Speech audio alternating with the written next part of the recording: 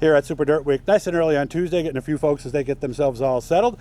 Gary Tomkins will race for just the second time this year. His first one was at the Gerald Haers Memorial just a couple of weeks ago. They got the trailer all jacked up. They're good. So, Gary, it looks like we're about as set as we can be at Tuesday at about 6 o'clock. Is it about right? Yeah, we got a few things to do to it yet, but they're minor. It's been through inspection. That's the big thing, getting through that. So now it's just, we got a couple of tires to mount and a few little things to do. And we want to put it on the scales just to check it. Okay. Before we go on a track, so you'll bring it to the Bicknell booth and do that there? Yeah, just because we'll have a baseline on their scales, So, and then it's all about being on the track and hopefully have a fast car. And this is the Wally Wade car that you ran a few weeks ago, correct? Yep. How did it go? I drew 70 out of 75, so I started last in the heat, and we went forward. I got up to 8s, but then the car, the tires just gave up. So, made a couple of changes, got second to B main, and felt really good. And stupid me made a few more changes than I shouldn't have. And we just got way too tight in the features. So I said, you know what, no sense beating the car up, and just pulled it in. We were going to be lap traffic. I just probably smart. I just couldn't get the car to turn. There's nothing. If I was running up front, maybe I could have done something, but running in the back and still trying to pass cars with a car being that tight at that place especially wasn't worth trying to beat the car up. Yeah, take your $1,000 and chalk it up to experience, basically, right? Yep. Okay. So when did you first? We were just sharing some stories about Syracuse. When's the first time you drove on the mile? I drove a sportsman car at the end of 1988. They had a sportsman special there, Labor Day weekend, and we didn't know it till we get out on the track that I burned a piston the night before when we raced, and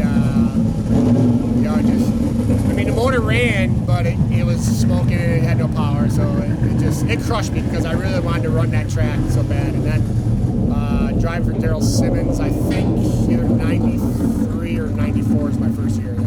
And that's when you didn't have a burn piston. You could what was that, a 358 or a sportsman again? Big block. Yep. So what was that like first time sailing into turn one? Definitely different. It's a whole different deal at that place. Because the turns are so long. They're longer than some of the tracks we race. Yeah, you're in the turn half the time, basically, people right? don't realize. They look at the long straights, but the turns are really long too. So it was different, and the air really affected you a lot more, even back then at that place. It was small program type deal, but we went there and learned a bunch and had some fun and got to drive around the mile.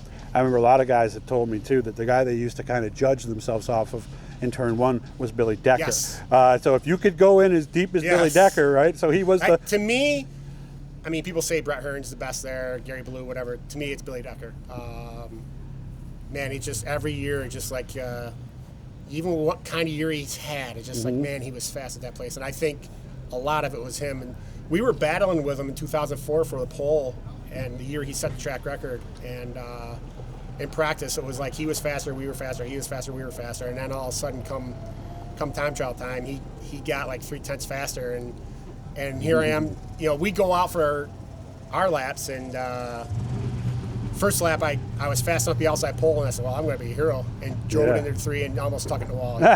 Just trying to keep up with him, and as fast as he was going. But to me, he was the king of that place. Yeah, had to be frustrating though, because you think you're okay, and believe me, he can't go in any deeper, right? Well, the thing was, I went in too deep, and I shouldn't have. I should have just let the car. I've never gone through 1 and 2 any faster than I had that lap, but it just. So you were going in better. Yeah, and I thought I could be that good going into 3, and then I didn't. I way overdrove it and somehow didn't stick it in the wall. And we ended up second. We ended up second in the race to Tim Fuller. So over and all, anyway, that was the year we won Mr. Dirt. Okay. And part of that was because of the good finish in the race.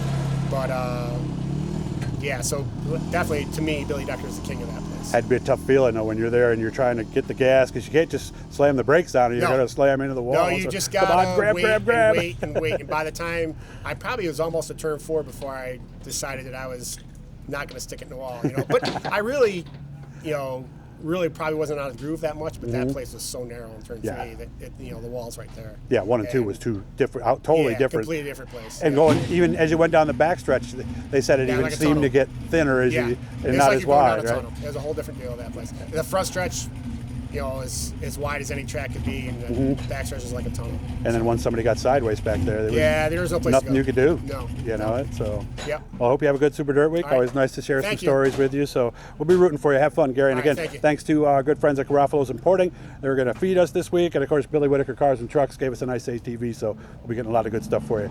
Always good to see you, Gary. All Take right, care. thanks, Doug. Appreciate it.